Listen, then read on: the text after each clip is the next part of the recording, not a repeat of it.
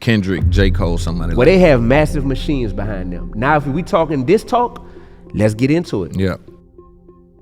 But in addition to that talent, we know that in hip hop, talent ain't enough.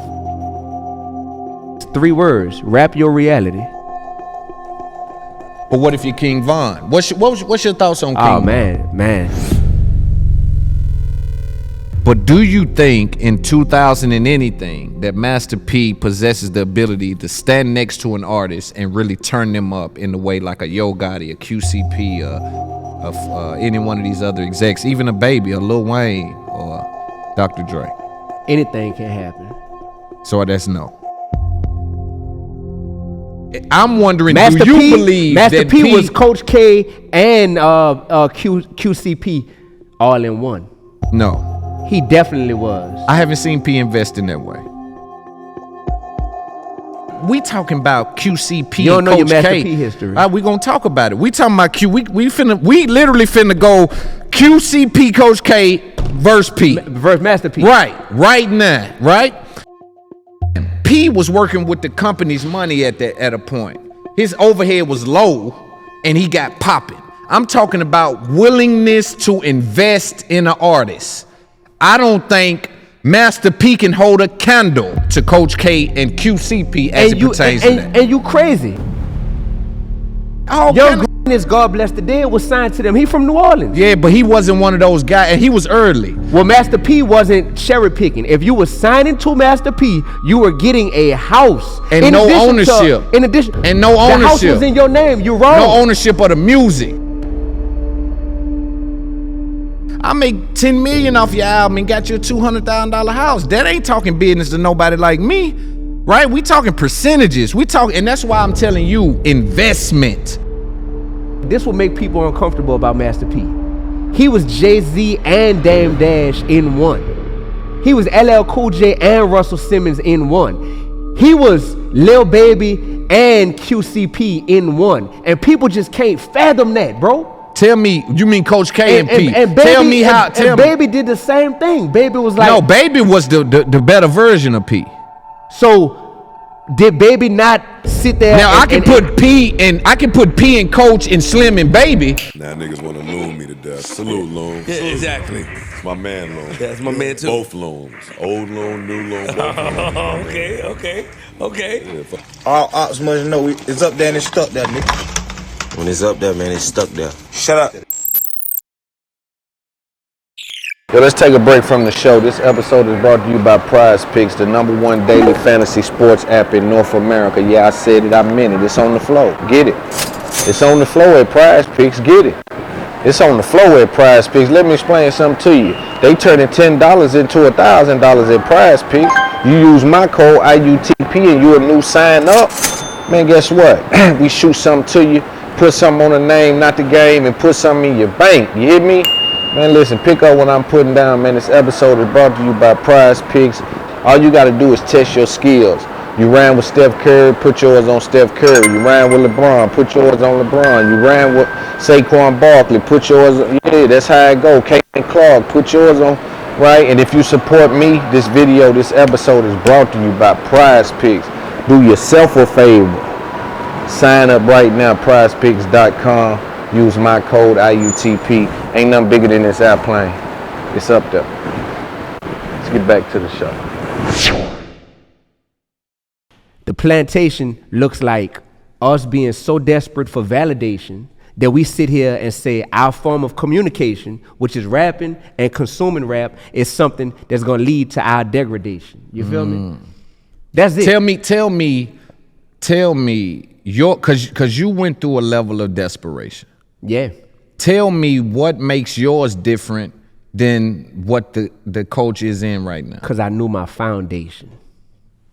Because I knew my foundation, when that story that I tell about the dude that was like, I'll manage you, but he wanted me to, be a part of some homosexual stuff. Nah, man, I'm cool. I got the fortitude to be like, no, because now you asking me to go against my foundation. I will come ride out here, out of town, out of state, in an old Honda Accord to come and meet with you and hang around all day waiting to get a little bit of your time to try to get you to want to work with me. I will do all that. I'm cool with paying Where's dues. the trust in I'm God, cool with though? hustling. Because if I trust God, well, I'm not doing that. If you trust God, you not going to network with people? No, I'm not going to sit somewhere for a little bit of his time. Oh, man. I mean, unfortunately. Because bro, I believe God to open doors, right? So if I say, yo, God gonna open doors, I'm gonna be humble. Mm-hmm. I ain't gonna be arrogant about it. But if I'm putting, when I say sitting here for a little bit of your time, just to give context, Right. it was a video shoot, right? So I drove out of state. So it's really like, yo, we shooting this video, D. I'm down to meet with you, Makes but I'm sense. overseeing this. That makes sense. Yeah, there we go. Makes So that's all. Yeah, I ain't never been a person that's been that desperate that it's like, Yeah. boy, they doing D bad, but he just want it. That's what I'm saying. But you gotta be careful that it doesn't, because again, when Joe Budden, Jim Jones, Rick Ross, Meek Mill hear you say we can do better, but I want to meet with you. That's when it gets Okay. That's when they say, oh, yo, it might be something else to that. Because it's when you hear what I would say would be the correct thing to do is to say, here's the issue, here's the solution. If you guys love the culture, adopt that solution. Yeah. So I came up with the solution. And one way that I'm organizing and galvanizing everybody is something I created called the Platinum Pledge. The Platinum Pledge, in the music industry, platinum is Highest level. Highest level. So I turned platinum into an acronym. People leading a transformation involving newly unified mindsets. Feel me? The Platinum Pledge is me sitting here saying, everybody that's down with this, you heard me? Put your John Hancock on this. Sign this right here. The Platinum Pledge simply says that we come together and say that we vow not to create, support, or promote music that is glorifying, keyword glorifying, murder, drug dealing and drug usage, disrespecting women, and sexual irresponsibility. If somebody rocking with that, man, sign the Platinum Pledge right here. Now we are forming a community. We all coming together because there's so many of us, but we've become a silent majority because it's been seen as like, you're uncool if you're not participating in this or making this music or whatever. So now it's like, nah, bro, y'all not gonna mentally trick us to thinking we wrong for advocating for what's right. So the Platinum Pledge has been bringing thousands of people together. D1music.com/Platinum Pledge. It's in my Instagram bio, bro. It's dope.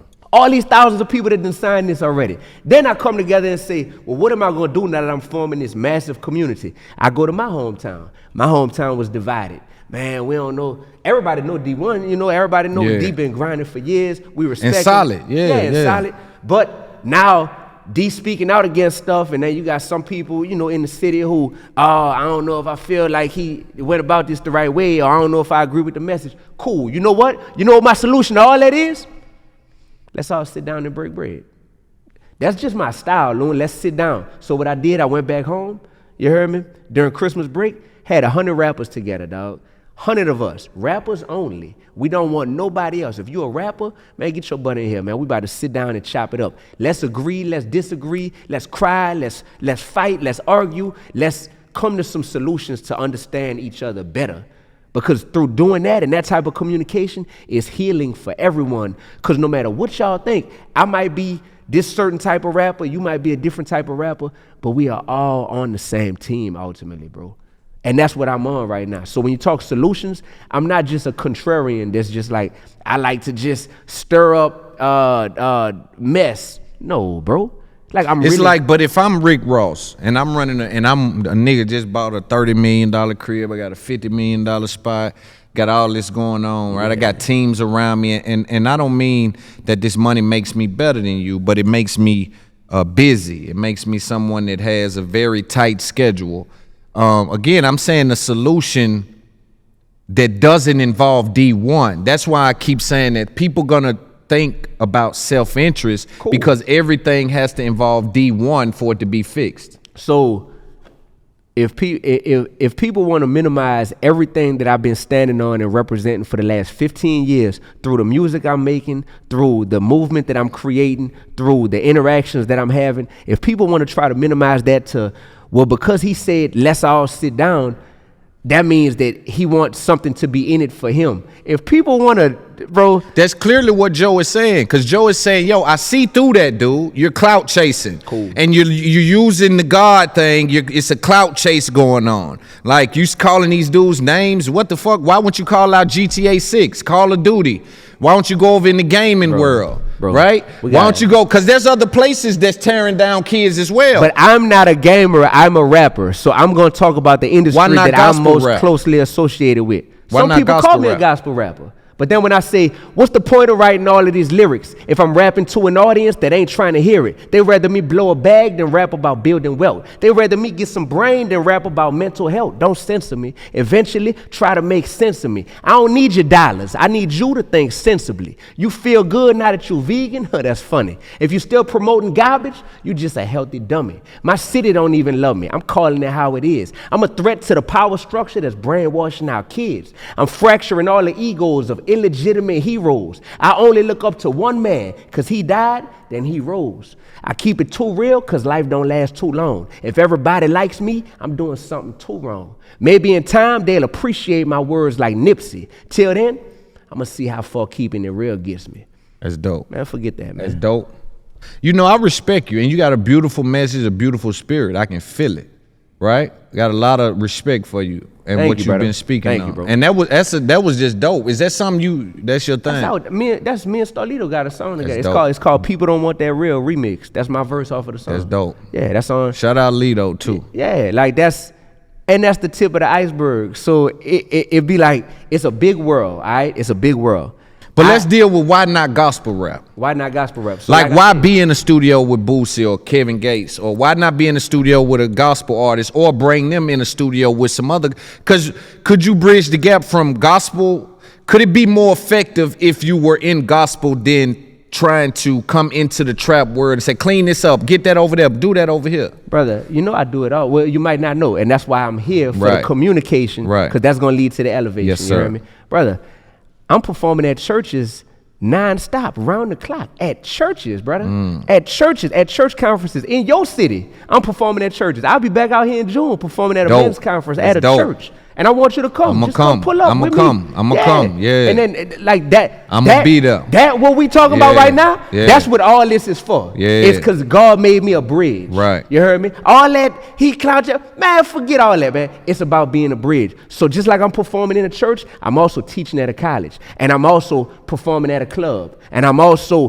collaborating with people who are undoubtedly seen as gospel artists, but also people that's undoubtedly seen as street artists. And I'm the same me everywhere. That's the part. If I wasn't the same me everywhere, you heard me? And I believe that. I done saw you on so many different spots and you've been the same individual. Man, bro, so I appreciate that, bro. That mean more to me than anything, because hopefully through that, it makes you view me through a lens to where it's like, man, I'm going to really listen to what homie talking about musically, but also just socially, because one thing about him is he's authentic. We might not always agree, but name me somebody who you always agree with. It don't exist. So don't try to hit me with that. But what it is, bro, like, people have become comfortable because they got salaries, they got positions, they got a certain level of stature in this industry to where they feel like if you are challenging the status quo, you are perceived as being a threat. So now I can't attack the message, because ain't nothing wrong with saying we don't need to be glorifying the genocide of our own people. So I'm going to attack the messenger. So I'm going to look for a technicality. Well, D1, technically you had Kevin Gates on the song. And why would you do that? D1, technically you said you wanted to sit down and meet with Jim Jones in person or Rick Ross in person. You must be trying to get on.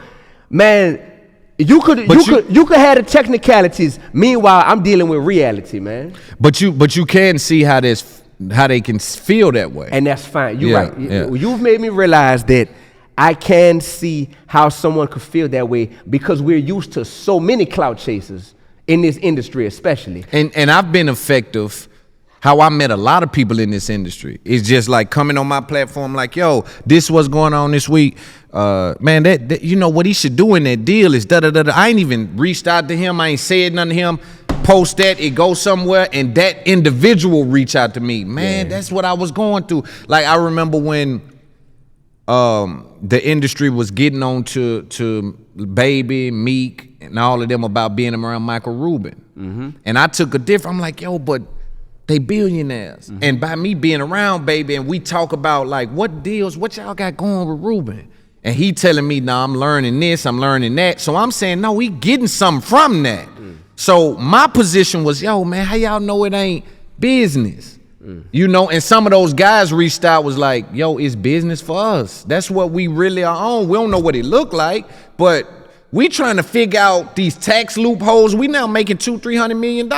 This is not no longer about hustling. This is about information at this point. And only in hip hop will they down you for wanting to be around people that's gonna help you become a better version of yourself. Only in hip hop, bro. Man, that's toxic, and we gotta be able to point that out and say that ain't cool, man. Whatever in the culture is toxic. If we truly love it, if I'm spending the rest of my life in this culture because I love it so much, if I'm spending the rest of my life with my woman because I love her so much, I'm going to have to address the parts of her that say, boo, I love you, but this aggravates me about you. I love you, but look how you be raising our kids, and some of the ways that you talk to them, I don't think that's best, We gotta be able to do this, bro. And it's such a sensitive area, man, because people wanna instantly cast you off as, how dare you say something against it? There's two types of love, Loon.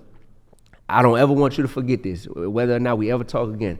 There's affirmative love, and there's transformative love. Affirmative love is, man, Loon getting active and attractive, or whatever you say. Loon getting it in. Loon fresh. Loon articulate. Loon a street dude, so he done been an overcomer of obstacles. That's just affirmative love. I only want to build you up and pour into you. You know what I'm saying? That's affirmative love.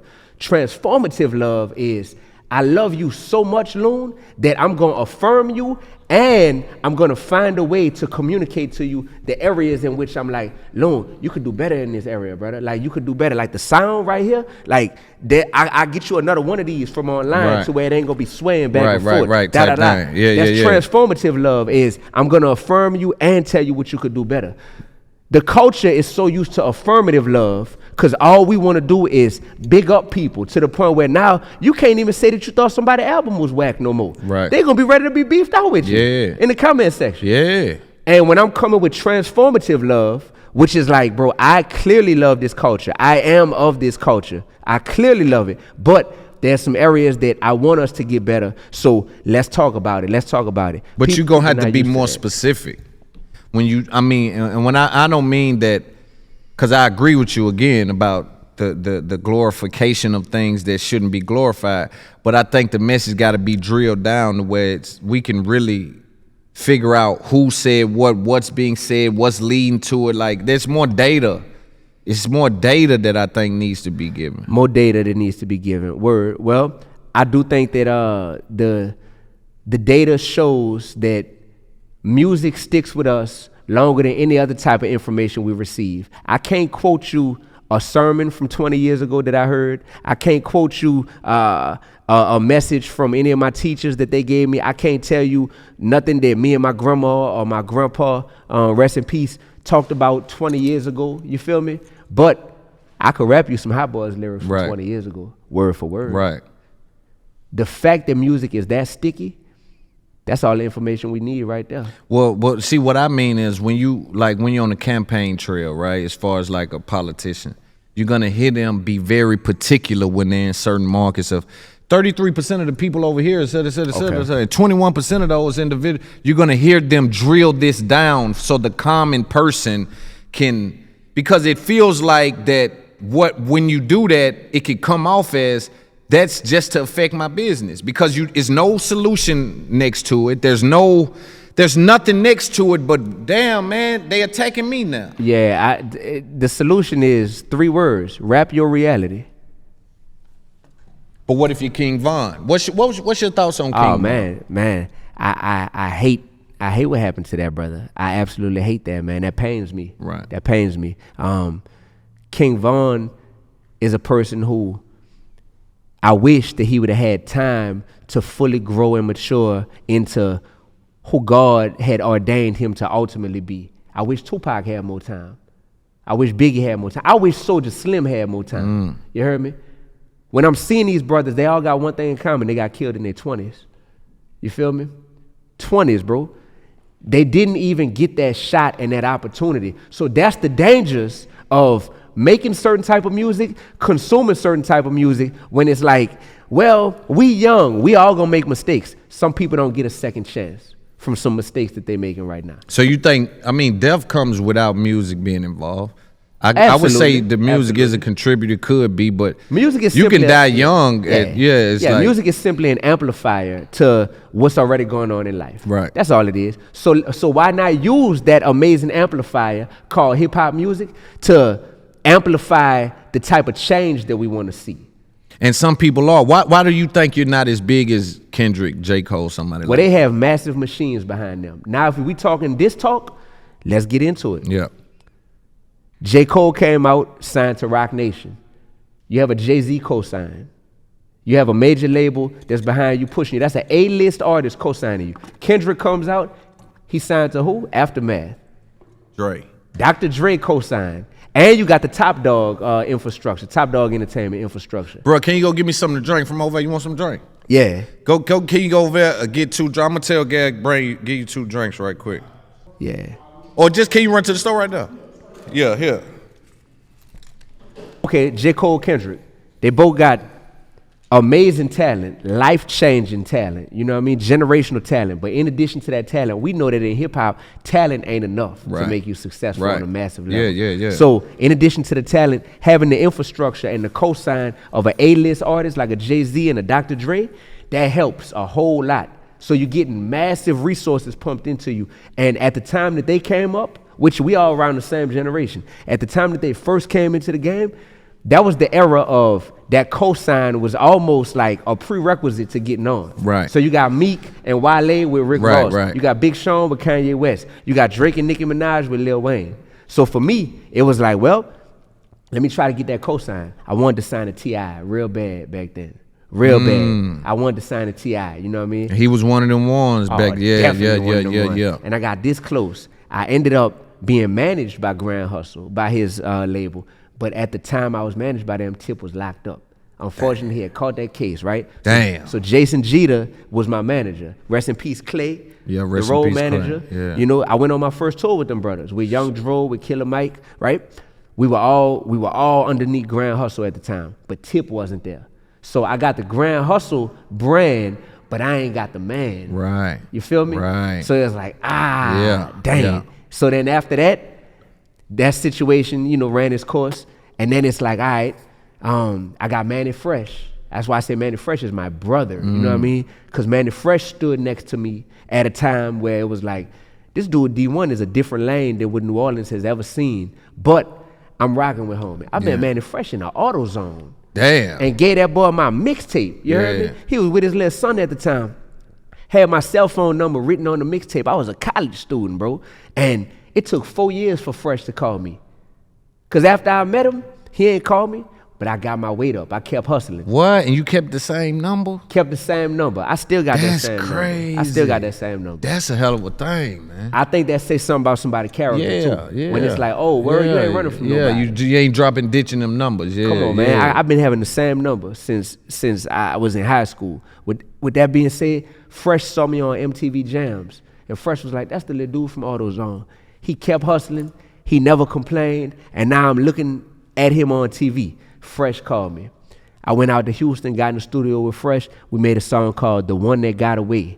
That was my first local hit song on the radio, mainstream rotation, 7-8 spins a day. Wow. Shout out to Q93 and 102.9 for running that. So now all of a sudden, dang, Dee-1, who kept winning Underground Artist of the Year in New Orleans 3 years in a row, but who everybody was like, but he a little different, you know what I'm saying? Like, we don't know what to do with him, you know? That's what it is. It was nobody like, yeah, this one of them ones, we got to get behind him. Right. Now he done got himself on MTV Jams. He done got with Grand Hustle, toured the country with Grand Hustle. Fresh co-signing them. They got a hit song together. Oh, shoot. Dee-1 clearly is a force to be reckoned with. But still, nobody all the way was like, we finna all the way like take him. I was talking with YMCMB at the time. Like I said, I always got to show love. Shout out to Slim specifically. You know, shout out to Baby and Slim. Yeah. But Slim, man, Slim was like, man, you that dude, bro. Like, I wanna help nurture that talent that you got, right? Me and Slim talking. Slim done gave me money before, like all kind of stuff. Shout out to Slim. Yeah, the thing was though, bro, I still wasn't getting the Lil Wayne cosign. And I'm a student of the game, as are you, I can tell. So I'm like the only people that's been succeeding over here, Drake, Nicki, and Tiger, they all had Lil Wayne standing right next to them. You feel me? Yes. They got me in the YMCMB ecosystem right now, but I'm not getting Wayne, Dwayne, Michael Carter Jr. to come and stand right next to me. Me and Wayne, I was like, dang, that's the missing link right now. And I didn't foresee that. But why you think that was the case? Why didn't Tip stand next to you? Then Wayne was in jail. Well, Tip was in jail. Okay, so that was universal. That you had nothing to do with that. Why don't you think the Wayne embracement came the way it did for Drake and Tiger? Great question. Because of no personal beefs at all. What I didn't recognize at the time is, Wayne and Baby starting to part ways. So the business was in trouble. And that was before it hit the public to where everybody knew, like, oh man, them dudes really. Because he had Money Man and all them, and they had to pay their way back out. Cyree the Kid, Money Man. They was all with Cash Money? Yeah. There you go. So at this time, you got Baby and Slim that's forming their stable of artists that they're bringing in that Wayne personally ain't got no part of. That's what it was. There you go, bro. So never got that cosign from an artist that was like A-list, which I feel like was really needed. So what I kept doing, I ain't stopped. I went on tour with Macklemore. That's when Macklemore, the white boy out of Seattle, had the song Thrift Shop. No, he ain't died, man. Shout out to my dog Macklemore. What's the dude that died? I rebuke what you just said, brother. I do too. Respectfully, like I don't mean no harm by that. That's literally a mistake. But the guy's name was overdose, man. Mac Miller. That's what it was. That's why I was so close. Yeah. I knew Mac slip. Miller as well. Yeah. So me and Macklemore go on tour. This when he got that song Thrift Shop. You keep going. All right. Biggest song in the world at the time. You heard me? And I'm sitting here like, dang, this man asked me to come on tour with him. So then I'm on tour with Macklemore. We going around the whole country together, bro. I'm playing in front of thousands of people each night. And I'm sitting here like, dang, I'm really all the way in the game right now. I'm racking up at the merch table. I'm sitting here really like I'm achieving stability financially from rapping for the first time. Because in rap, it's easy to get popular and hard to get paid. Write that down. Man. So I was popular for about 2-3 years, but I was not getting paid. Right. That Macklemore tour changed my life in that department. And so what we were talking about was why you think you didn't get the Lil Wayne embrace. Yeah. Right. Okay. So all this is happening. Right. So I'm telling you, I don't think I ever spoke on this. So after the Macklemore tour, I end up getting a call from RCA Records, right?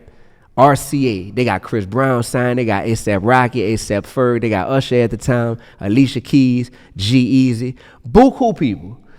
They call me. We work it out.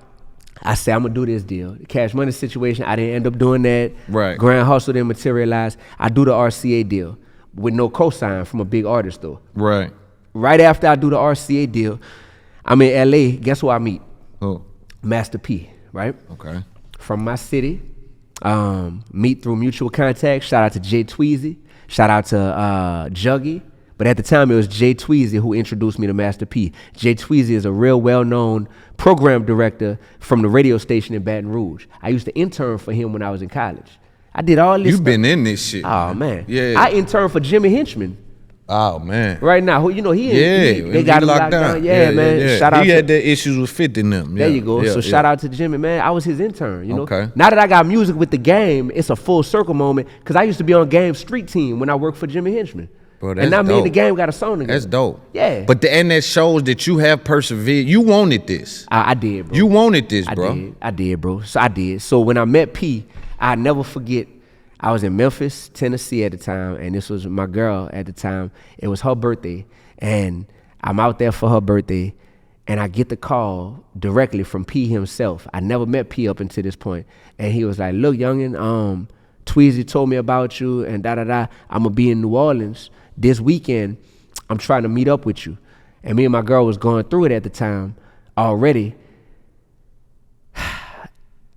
And I was like, boo, this is potentially a once-in-a-lifetime opportunity for me to meet P. He is a legend where I come from. Like, I got to go back to New Orleans. And I knew that when I left from her birthday weekend and our time that we were spending together to go back to New Orleans, I knew that I had damaged our relationship beyond repair. You know what I mean? Yeah, I just did. For leaving or what? For leaving, because she just felt like it's another example that you want this more than you want me. Yeah, I do. I'm saying, like, what is a man that does not work or have goals and ambitions? Yeah. You know, it's unfortunate that someone will put that kind of pressure on someone to choose that over that. It was tough, dog. Yeah. It was tough. So I went to New Orleans, and I ended up meeting with P, bro. And P tells me everything that I was looking for. He was like, I want to be that cosign for you, similar to how Dre is for Kendrick Lamar, similar to how Jay-Z is for J.Cole. He's literally speaking what I've been looking for. But I just signed with RCA. Literally, bro. Less than a month ago. Damn. I just signed with RCA. So, and P building his own thing at the time. This when he had Alley Boy, Fat Trail. He had, you know, a few artists from around the country that he was building his own stable. And I had just signed with RCA. So me and P still cool to this day, but that situation didn't materialize in terms of that cosign. So at that point, bro, I mean, I'm full-fledged in the game. I go on tour. I meet Lupe Fiasco. I go on tour with Lupe Fiasco a few months later. We tour in the country together. That felt like somebody that's closest to my lane that I'm in, mentally and musically, and it's a real brotherhood. Right. You heard me? Right. Like this watch that I wear, that everybody, everywhere I go, people, this watch, fire. Lupe gave me this the last day of the tour. Right. I wear this watch every day, symbolically, just because, it reminded me of sleeping on the front of the tour bus, Loon. They didn't have a bunk for me, but when they came to New Orleans and I opened for him on tour, I killed the show, and Lupe was like, man, I respect your hustle, D. You doing your thing. Come on, you want to hop on the tour? Boy, that's dope. We got a couch in the front of the bus, and I thugged it out. Sick and everything, but knowing like, man, this is what I prayed for, is these opportunities, man. So I got on the front of that bus, and I went and rocked every show. And now Lupe Fiasco is a professor at MIT, and I'm a professor at Tufts. 5 minutes apart from each other. And we was linking for his birthday a few days ago. That's my dude. That's dope. We got music together, me, him, and Big Crit. Yo, let's take a break from the show. This episode is brought to you by Prize Picks, the #1 daily fantasy sports app in North America. Yeah, I said it, I meant it. It's on the flow. Get it. It's on the flow at Prize Picks. Get it. It's on the flow at Prize Picks. Let me explain something to you. They turning $10 into $1,000 at Prize Picks. You use my code IUTP and you a new sign up. Man, guess what? We shoot something to you, put something on the name, not the game, and put something in your bank. You hear me? Man, listen, pick up what I'm putting down, man. This episode is brought to you by Prize Picks. All you got to do is test your skills. You ran with Steph Curry, put yours on Steph Curry. You ran with LeBron, put yours on LeBron. You ran with Saquon Barkley, put yours on. Yeah, that's how it go. Caitlin Clark, put yours on, right? And if you support me, this episode is brought to you by Prize Picks. Do yourself a favor. Sign up right now, prizepicks.com. Use my code IUTP. Ain't nothing bigger than this airplane. It's up there. Let's get back to the show. I'm going ball for ball with these brothers. Yeah, so and them boys is some of them men in this man, game. Yeah, but I'm one of them men. Of course. You feel me? If you say you going ball for ball. Yeah. So with that being said, at this point, and Lupe wasn't on some like, yo, I want to sign you or you got to be my artist type of thing. But I started to realize these relationships is just forming organically. You feel me? Currency. I ain't mentioned my brother Currency. We grew up across the street from each other. Bro. Literally. So my house was in the Goose, but Currency, where he lived at in the East, that's where my grandparents lived. Literally across the street from my grandparents' crib, bro. So I've been knowing homies since I was a little boy. And man, that was something that I always felt like motivated me to feel like I could really do this. Because when you know somebody and you grew up with them and you real close to them and you seeing that they're achieving success, you feel like, well, if he could do it, I feel like I could do it. So I'm seeing Currency make it in the game. That's motivating me even more to know like, man, this rap stuff ain't just a dream. This is turning into my reality. Yo, I blink my eyes and it's like, all right, man, I've been in the game for about 5 years on my own now. I'm making stable money and I'm seeing my brand and my fan base continue to expand. I stopped chasing the cosign and I started just chasing an authentic relationship with the people that choose to believe in me. And that's why me and my fans so close and so tight. Because it wasn't, we just like you because you signed to this person. And that's why my podcast stands out, is because at first the people would always be like, yo, Loon, we here for the guests, bro. Like, why you be... They didn't understand a lot of time the guests would literally request for Loon, break that down. Like, I want to talk to you about... Like, I remember the first time it was with Derez Deshawn. So I got into a scenario telling him about expenses and how the labels keep you in the red and the negative. And certain fans, because I was unknown, be like, who is this guy? Like, why? We want to hear Derez. You fast forward to a year now, they are extremely happy with hearing my perception and perspective on things. And that is important as an artist, to get that footprint in the market that's outside of someone else's, because they can crash that out and you go down with that. Yeah. Michael Jordan was Michael Jordan without the Chicago jersey on. Yeah. And so you got to make sure that you are who you are, regardless of what team you play for, regardless of what industry you're in, regardless of what beat you're on, or whatever the case may be, you know? That's facts. And my growth has been organic. So whenever someone asks why I'm not bigger or why I'm not on this level, I'm like, man, I wasn't even supposed to be here according to industry standards. Right. I'm in my 15th season in the league. You heard me? 15th season and still ascending. I'm about to go do Breakfast Club in a few days. Facts. I'm here with Loon right now. Facts. Me and Starlito just dropped a banger last night in the studio. You know what I mean? Me and Project Pat got some heat coming. You know what I mean? They don't even know this stuff. Right. Me and Raheem Devon got some heat coming. I just dropped my album From the Hood to Harvard. And whether or not the person watching this has it currently, just know that album has been massively successful. Right. And before we get to that, the RCA thing, how do you continue to get these deals? Like, how do you get in position to continue to land these deals in this industry? Well, brother, favor ain't fair. And I have favor all over me. Like, I'm the dude who people never understood why it is, how that. It's like God really got his hand on my life. That's why I always have to bring it back to speaking in terms of spiritual perspective, because I'm way more spiritual than I am political, way more spiritual than I am financial, way more spiritual than I am worldly, right? Because anything political, financial, or worldly, I have seen how when you are on the same page as your Heavenly Father and your Creator, those doors that typically have to open by way of gatekeepers can open by way of God. Right. And we got gatekeepers, RCA to get to. Here's something I want to ask you. Do you think Master P has the ability to co-sign an artist, great businessman, legend in the game, made a lot of money, laid the foundation for what we see now as independent industry, right? With the dropping once a month, just so many different things he did.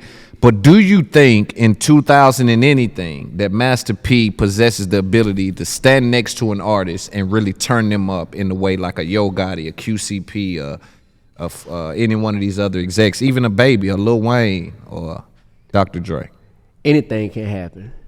So that's no. Man, you crazy. I didn't say that. If you say anything can happen, I'm looking for yes or no.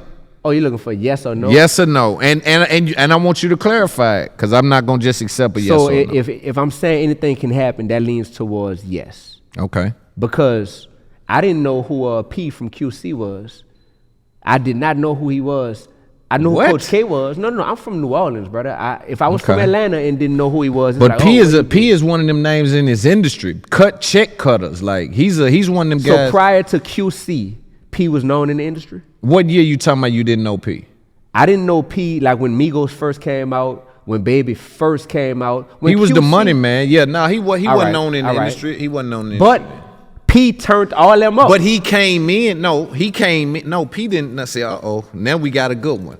Because Atlanta turned them up. P was a street nigga with connections in Atlanta. And Coach K turned them up. P and Coach. All right. Right? Though, really, Coach is the nigga with the connections in it. That's why P went and got Coach. Mm-hmm. Let's be clear. P was a street guy. Coach was the dude that managed Jeezy, managed Gucci, that's been in the industry forever. Those two together was just unstoppable. P understood you got to spend money to make money, and Coach understood that this my second round, and I'm one of them dudes that know how to do business at a high level, and they made it work. So I'm saying that QCP or Coach K by themselves didn't turn those artists up. It was the environment, it was the investment, right? And I'm wondering, Master do you P, believe Master that P was Coach K and QCP all in one? No, he definitely was. I haven't seen P invest in that way, bro. How do you think the No Limit Empire got built, bro? No, it was. I believe No Limit to be Master big. P received an inheritance from his grandfather who died. Of course, but I'm talking about that 100 million times. Yeah, and I believe that, and I watched that. But I'm telling you, the investment of my own money to say, I ain't talking about even. We talking about QCP. You don't know your Coach Master K. P history. We gonna talk about it. We talking about Q. We literally finna go QCP Coach K versus P. Versus Master P. Right now, right? QCP Coach K, when things were not profitable and it was a high overhead. So think about the Migos video. That wasn't a cheap video when they did Versace video. They were actually going from the street spending whatever, 30, 40 grand on a video at a time. P was working with the company's money at a point. His overhead was low and he got popping. I'm talking about willingness to invest in an artist. I don't think Master P can hold a candle to Coach K and QCP as it pertains to that. And you crazy. All right, let's talk about it. And this is why you crazy. Master P, when you were signing to Master P, you were getting a house in your name. You must not know who QCP and Coach K is. What you know mean? what they giving? What they giving? They giving all Young Greatness, God Bless the Dead, was signed to them. He from New Orleans. Yeah, but he wasn't one of those guys, and he was early. Well, Master P wasn't cherry picking. If you were signing to Master P, you were getting a house and no ownership. In addition, no ownership. The house was in your name. You wrong. No ownership of the music. What you mean no ownership? Everybody cried about P not paying them. Who owns their music that's on QC, bro? They all got ownership in that music. Okay, bro. So that's why a few years ago, Offset had the issues when it came to his contract. And no, that was about a solo deal. So that you wasn't mean to about tell me that the QC artists own their own masters? No. They have a percentage. They have interest in their masters, from my understanding. Most of those artists, especially the high earners, have interest in their masters as it pertains to their once you become a high earner, we all gonna renegotiate. No, and some people Master P had high earners. He made a lot of money off all those guys. Bro, Snoop Dogg looks up to Master P as a businessman and said without Master P, his career wouldn't be where it was. And I truly believe that he saved P from when Suge was on P ass. You say I'm sorry, when Suge was on Snoop ass. When Suge was on Snoop ass, P saved Snoop. That's what I meant. Snoop had issues on the West Coast. P came and, yo, we got you down here, bro. Cause they were damn near blackballing, and they were talking about hurting Snoop back then. Correct. You know what I'm saying? So that's what I mean. Not that Snoop saved P. It was the other way around. That's why Snoop is indebted. He loves P like that. It's like you say, you came and mess with me when it was dark. Right. It got dark on him, man. Pac had died. It got dark. So P had to talk the industry talk and go hire Michael Jackson's lawyer just to get consultation services and go take the meetings with the labels, do a distribution deal with Priority to where it's like, we gonna keep 85%, y'all keep 15%. P did that side, and P was bankrolling the whole No Limit operation. Offset may be the only person that has came out to say something about the label QC, and this was about a solo deal.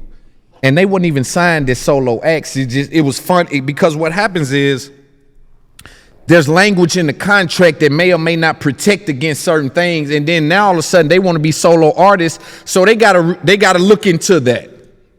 Whatever. There's been nobody signed to QCP and Coach K, QC the label, that says I didn't get paid. I don't got my money. He owed me money. Master P had a number of people coming out saying he run off with all the money. We done good. He got me a house, but I didn't get no music. So what happens is, you know the game, in this trickery game, they'll get you a house and you'll get nothing else. I make $10 million off your album and got you a $200,000 house. That ain't talking business to nobody like me. right? We talking percentages. And that's why I'm telling you, investment. I know Coach K and QCP is gonna invest. Lil Yachty had 4 or 5 bad years. He still got cars every year on Christmas, his birthday, still invested, still bought beats, still sent budgets, never cut budgets on him or anything. Let him find his way. Now look at Yachty. He's back created at a level where he's profitable. But those guys are willing to invest in a way that I'm telling you Master P wasn't. Unless you can tell me what investment did P do to his artists. Man, Master P turned Silk the Shocker into a multi-platinum artist. End of story. End of story. Come on, man. Master P was like, look, he didn't invest to do that. I'm finna turn. He didn't invest. No, bro. what investment did Silk the Shocker get? Bro, Silk was a multi-platinum artist. C Murder, multi-platinum artist. Bro, this is something, well, at least a platinum artist. Bro, this is something to where P was like, I see what I have been able to build, and I'm going to use some of this equity that I've been able to build and make sure that I, first of all, put my brothers on. Look out for my actual family. Whether or not they're regarded as the best lyricists ever in the world, who cares? I'm going to use what I do have, these resources I do have, to invest in them, into them, bro. That's powerful, bro. You see QCP and Coach K do it over and over and over because they know the formula. Master P, in my opinion, and I'm telling you, he's a legend. A lot of respect for P. So you want to go artist for artist? He ain't done it over and over. Snoop, Mystical. Snoop was Snoop. He built Mystical. All right. Silk the Shocker. He was nothing. He was nothing. You ever sold millions of records? No. All right, exactly. Yeah. Exactly. So you can't say a man is nothing who sold millions of records, I'm bro. telling you, as it pertains to this business and what it takes to do that, he came in an ideal time for Master P and No Limit Records. The aura around them dictated him to do that. Shout out to my man, Mr. Servon. Mr. Servon went platinum, bro. Yeah. Mr. Servon. What are you went saying platinum. when you say that? When I'm saying that, I'm saying that shows the power of what P built. No. Absolutely. No, that's market behavior. That's not. That's market behavior. Yeah, that's just the market at the time. Nah, that's not the market at the time. Master P to have a chokehold on rap at the time to where whatever he dropped was selling, he dropped once a month. That speaks to how powerful your brand was that you built. Yeah, but and he built it on his own. No, he didn't build it. He didn't build it by investing though. He built it by consistency and dropping music. I'm telling you that a CEO, he built his label like an artist. P and Coach K built their label like CEOs. P built his artist, built it. I'll tell you. So he built his like he was an artist, by the way. Right, that's what I'm telling you. So his thought process of to me, when I look at No Limit, I don't see the investment in the artist like I see for a Coach K and a P, whether it be beats, whether it be placements here, there. Them No Limit dudes didn't do nothing outside of rap. Bro, y'all gotta stop sleeping on New Orleans. Well, he did do movies. He exactly. put them niggas in movies. And not just movies that nobody knows. Yeah. Movies that did real numbers. He put them in movies. Master P had but the investment in artists, I still don't think he did. Listen to me, Loon. This will make people uncomfortable about Master P. He was Jay-Z and Dame Dash in one. He was LL Cool J and Russell Simmons in one. He was Lil Baby and QCP in one. And people just can't fathom that, bro. Tell me, you mean Coach K and P? And Baby, tell me how. And Baby did the same thing. Baby was like, no, Baby was the better version of P. So did Baby not sit there? Now I can put P and Coach and Slim and Baby because they understand investing in artists. I'm telling you, P has not done this again because he does not understand the formula. Hold on, the whole done it again part, bro. That's like saying that because you haven't had a hit song or a hit artist lately that you got lucky the first time. You don't get lucky. You don't luck your way to $400 million. No, it wasn't lucky. It was the 75 million. No, you was a benefactor of the industry, right? And also a king hustler and a great businessman. But I'm telling you that there's a formula as a CEO to pour into an artist. There's a formula that you think is just a cosign that you be talking about. Where you be saying, man, that cosign from that artist. It's more that goes into that behind the scenes that I think P doesn't possess at this time. I think at that point when he was birthing those artists, it didn't require that investment that it requires now because of an oversaturated market. I think that he was able to throw just Servon. Come on, Servon. Yo, Fiend, yeah. Who? Anybody around here? Yo, anybody. That's what I'm thinking he doing. With Coach K and P, it's meticulous. It's planned out. It's invested in. Right. The wardrobe, the beat selection, the feature. Man, this is a different thing. Yeah, and that's also your friends, and Master P is mine. Right. So we also both buy it. Right. So let's acknowledge but that. I want to try to have an objective conversation about it. You can't. How? You could call them dudes right now, and I could call P right now. So, You can't. tell me the investment. Argue against the investment side of what I'm saying. So the investment side of what you're saying is that back then, there was no social media. This how I'm gonna get you.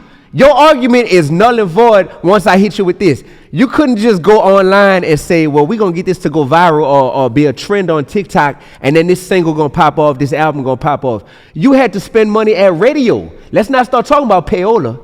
Yeah. The industry don't like to talk about that. Yeah. But you had to spend money, which is AKA investment, at radio to get an artist to pop off. You had to do real promo tours. Yes. Promo tours mean you're paying Free, to go out yeah. there. Exactly. Master P put 50 Cent on a promo tour. You feel me? Like, this took real money. People can't take that away from him, that of course he had to hustle, but he had to spend money, bro. There was no other way to pop off back then. He didn't. I know he spent money. The internet wasn't a thing. What I'm telling you, he didn't leave with the formula of what it takes to. Because the industry changed during That's P's what I'm reign. telling you. There you go. So I'm telling you, the industry then did not require what the attention to detail and all these things it requires now. But a real hustler gonna always figure it out. And That's what I'm telling and you. I won't count P out because I feel like if P figured out a way to do it, now at this point, part of being smart and part of being a boss is simply knowing how to surround yourself with people that's smarter than you. So a lot of it nowadays is just, well, I don't get the new nature of the industry, but I could definitely surround myself with people who do. And I have seen him do that. Yeah, but that's what I mean. I think that P, because to lose $300 million. How you know he lost $300 million? That's nobody knows if that's real or not, bro. For him to had ran through $300 million, I don't know why you playing this game you're playing, but for him to have ran through $300 million and now be in a scenario where Kodak Black would say that he's asking him for money to represent him, like, so I'm sure you know that. We won't live there. The point I want to make is that I think that when you get Shout out that to amount Kodak, of he just money, came yeah, home shout out to yesterday. Kodak. That's my little dude. When you get that amount of money and then you lose that money for whatever reason, and I mean, he spoke about the taxes and certain things happening in his life that depreciated his funds. What I'm saying is when you take that level of loss, and I call it a loss because anything that I had that I no longer have that can serve me and my family and my business, I consider that to be a loss. So if he no longer has the money that you said he made, you say you don't look up and make $400 million. Ain't that what you said? I did say that. So now we can't now say that he didn't have it or he didn't lose it. You still think he got 400? I don't count another man's pockets. You counted it to the That's start. that's not what street dudes do. You I thought counted was a it to street start. dude. You ain't supposed to count it. You counted that's it to start. documented. That was Forbes. Forbes did that. But that's counting it. Forbes did that, But brother. you I read regurgitate. what it said in Forbes. But when you That's so not counting. counting pockets. You're asking me to speculate on what another man got. But that's what I'm doing. That's what you did. Us street dudes, we don't do that, bro. You I don't speculated. know where you must yeah, not be I ain't from the getting into that. streets, bro. You speculated, right? Or no, you didn't speculate. You reported on it. I 400 regurgitated. million. Right. Yeah. Counting pockets isn't me going in the Masterpiece bank account. Counting pockets is simply speaking on what they may or may not have. Okay. So you counted pockets as well. I read what Forbes reported. And then came on a big platform and said it. And regurgitated what Forbes. I cited Which my is, source. I'm telling you you, don't that's have a counting- source to cite. I right talked now, to P on the Rap Snacks panel about this. Him and his son. and you asked him Romeo. how much money he got? I talked to him about the money he lost. I didn't put the 300 out there, but we was trying to explain to Moneybag Yo why it's essential to pay attention in the moment and serve some of these undervalued people who handle the business. Like in Rap Snacks, some of the distributors, some of the people at the stores. It's important for Moneybag when he's in these markets to stop in the store that's making him $2 million a year. Hey man, I'm Moneybag, how's it? This is the conversation we were having. And so my conversation was, yo, bro, you know, sometimes we play kingmaker, you know, the money you got, the money you lost, like we were trying to give game. So I don't want you to think I'm talking just out of osmosis, because I'm not, right? I'm telling you that we both are counting pockets here. Don't run from the counting pockets thing. Bro. If I'm sitting here, something that's Googleable, bro. To speak on it, counting pockets is not a literal term. I'm not counting anyone. How much money do I think P has now? That's no. I asked you, do you still think he got the number you said he had, bro? I don't know what P has. I really and when I say that, I'm being for real, because just like we might be like, man, when the last time he had a hit song or something? Just like we might say that, we also might not realize, dang, how many real estate investments he got? How many other companies that ain't something that you necessarily broadcast on Instagram does he have? Just because he's choosing to push cereal right now, we don't know what I'm not going to play this game like P got hundreds of millions. You can play it because that's your guy. I'm not going to play it. I know P. I know people get business with P. I'm a high-level thinker. I can't play that game. What I will say, though, is that we agreed that at some point he had 400 million. You don't have to concede that that's counting pockets. I'm telling you, in my opinion, that's counting pockets. Because only thing I'm saying is, do you still think he got the amount you said he had? Well, I don't know where you got it from. Right. I don't care where you got it from. So what's the point after? The point after that is losing that amount of money, I believe, comes with a level of, don't say karma. Paranoia. No. Right. Paranoia where I may not invest. I may not got them boys, Coach K and P and them, they spending that shit like they got that. Like they ain't went through nothing like that yet. Where it's like some taxes or something done happen where it's like, oh shit, damn, we lost a chunk of money. There you go. And after people go through that, you proving my point. After people go through that, they might not be just spending crazy like there's no tomorrow. Exactly, bro. So when life hit one mogul in a way that it hasn't hit another mogul yet, you can't judge that first mogul and say, well, that mean that he just ain't willing to invest, or he never was willing to invest. When life hits you a certain way, bro, you got to understand that. That's like a good metaphor is when somebody come fresh out of jail. Bobby Shmurda come out of jail. People were so excited to see Bobby Shmurda that they instantly was like, where the music at? Where the music at? Man, I've been gone for 7 years. Can I live first? Yeah. Can I live a little bit? But these fans and these industry people, he falling off because he ain't dropping no new music. Man, I'm trying to enjoy being a free man. And people will try to push that on you because for them, they're like, no, you're almost like my property. Like, I feel like you're just here to serve me. And fans got to really think about that. I'm about to take this convo another direction. And if you don't want to go here, we don't have to. But it's your state. I was in Memphis the day Big Jook got killed.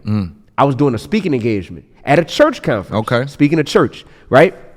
Man, I'm out eating. I hear the news.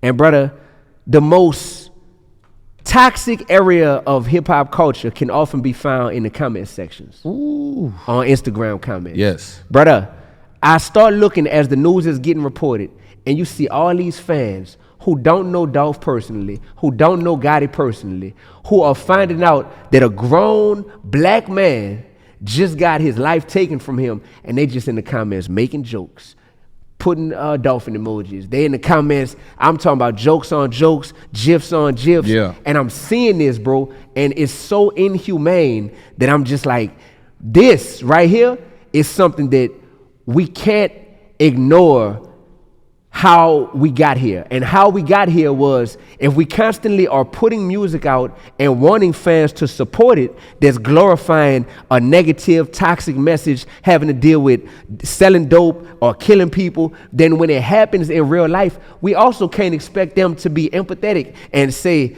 this is messed up, y'all. We need to stop this in our community. So the fans take it 10 steps further and be like, yep, we glorifying that because this ain't nothing but a video game to us. And y'all are just our entertainment.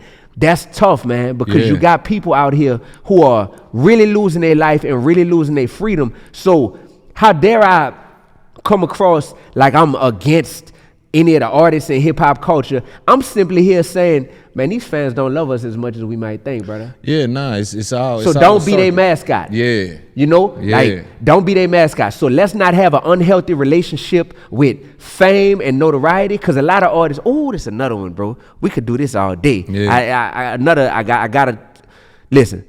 The same way that we sit here and we can entertain these fans, and we were like, well, at least I'm getting paid in the process. Now I'm not starving for 5 days. That's why I got to put this message out. I ain't no bad dude, but this just what's going on in the hood, so I'm getting paid off of it.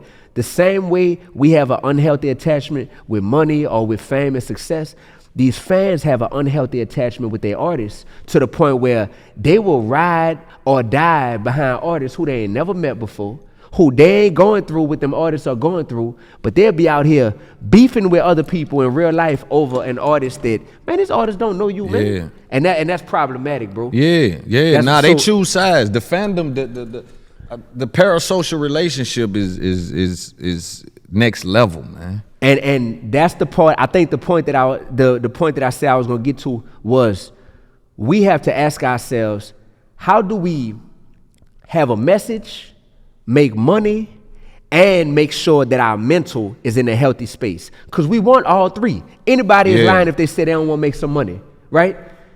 Anybody's lying if they say, I want my mental health to be in a crappy place because I'm in the music industry. I was suicidal before. I told you that before we started recording. Yeah. While I was signed to RCA. Right. While in your city, in Nashville, on the BET Black College Tour. You heard me? And driving here and contemplating killing myself. Yeah. Right there on the road by myself in the car. With a whole deal, with notoriety, about to be on the red carpet for the BET Hip Hop Awards. I'm in the Cypher that year. Yeah. You know, all that stuff. Man, we have to figure out, how can we make it to where positivity is profitable? To where progress is profitable? Because ain't nothing wrong with a profit. Right. Ain't nothing wrong with it. We should be able to do business in a healthy way. Right. We talked about that off camera. Yeah. We should be able to. But in hip hop, I think the over glorification of getting to the bag has become like the end goal and the North Star for people. I don't look up to Jay-Z just because he's a billionaire. I don't look up to Kanye just because he's a billionaire. Man, what's your character like? You heard me? Because that should matter as well.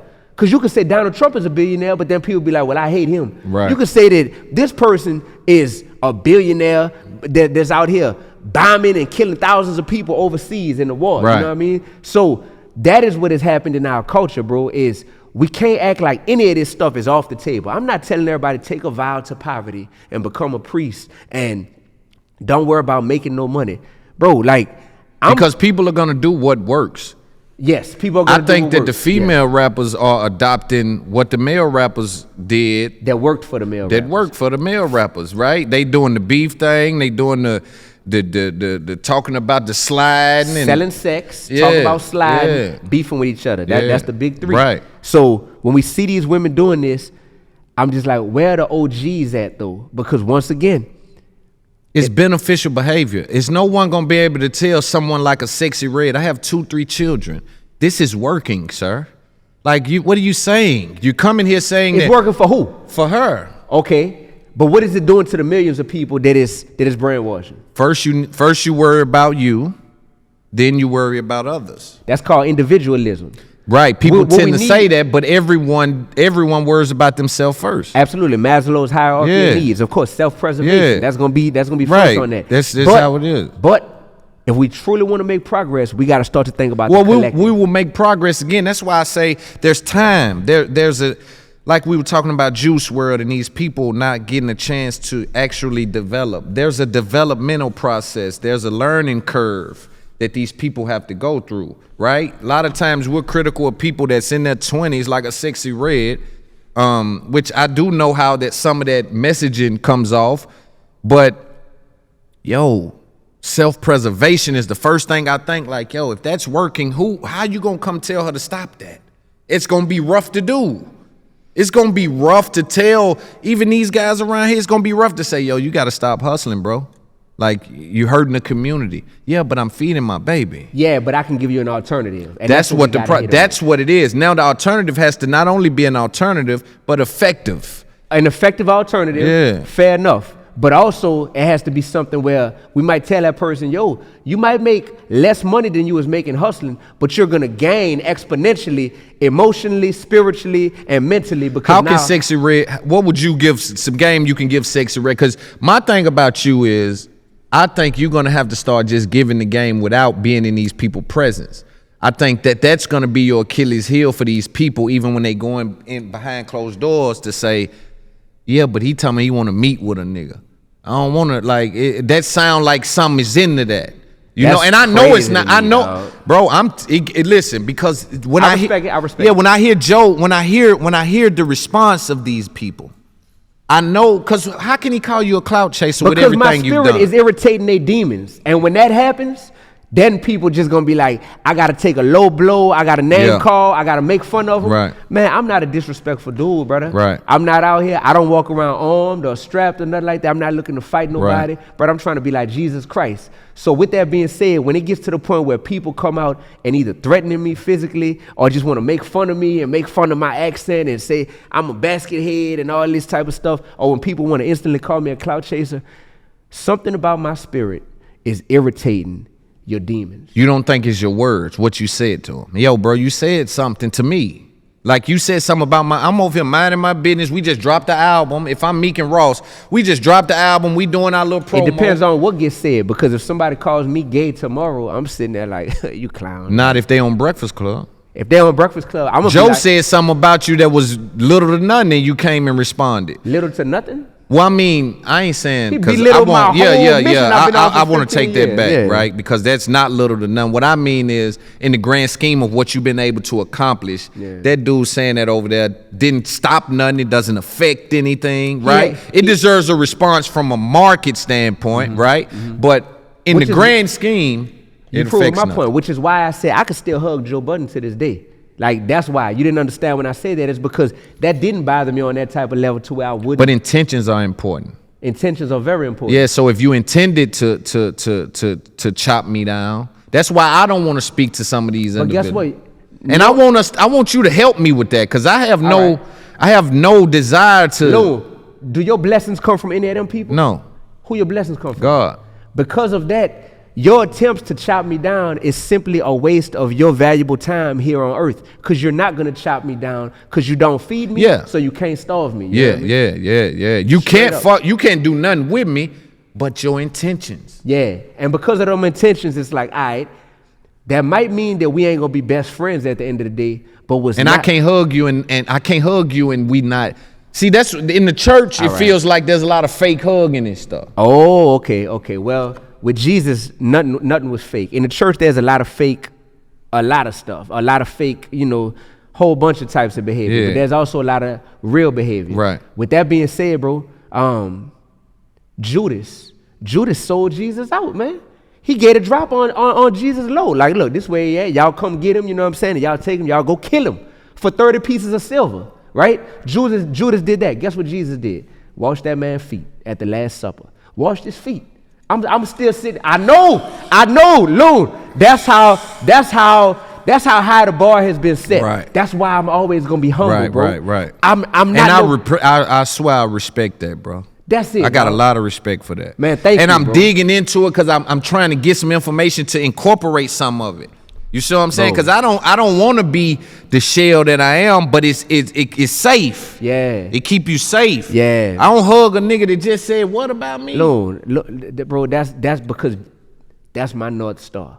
God is my North Star. So I'm looking at all of the behavior that's already been modeled. Man, Jesus did this already. Cool. How he handled this. So how I'm going to handle Yeah, a some blogger, little a shit, podcaster yeah. talking about me? Come on, man. I'm going to tell you some real stuff. But this thing you want so bad though, they trying to tear it down. Yeah, but you know what? It ain't that I want it. First of all, I'm a made man. I got it. at Now, this point. but this thing you got, but they can affect it. They Yeah, may can can't affect it. destroy it. There you go. There but you they go. can affect it. I think I just be sitting there like, if you know that you LeBron, if you know that you Yeah. Steph Curry, and you see somebody talking about you, and you just like, man, but what you can't do is stop these bars I'm about to spit on Loon's show, or stop this From the Hood to Harvard album, or stop this hip hop children's book David found his slingshot that y'all need to go get, that then changed the lives of thousands and thousands of people independently. You know what I'm saying? Beautiful, so, bro. That's beautiful. With all that being said, I think I'm just in a place now where I wasn't there 13 years ago, when I'm in that room and I'm seeing inconsistencies in people's behavior and character, but they got all the leverage. Because Right. I'm like, I might need this person. I can't Right, say nothing. right. I ain't there, brother. Right. I ain't there. And I want to tell you this. This is just another example. Yeah. The dudes that held the gun to my head, you know what I mean, when I was in college. Man, like I said, it's somebody that's pretty pretty well known who, you know, some people might know. I would say a good bit of people will probably know who they were this person's partner. You know what I mean? Me and this person since then, because this is like I said, a public figure, have crossed paths at least 5 times in life, right? And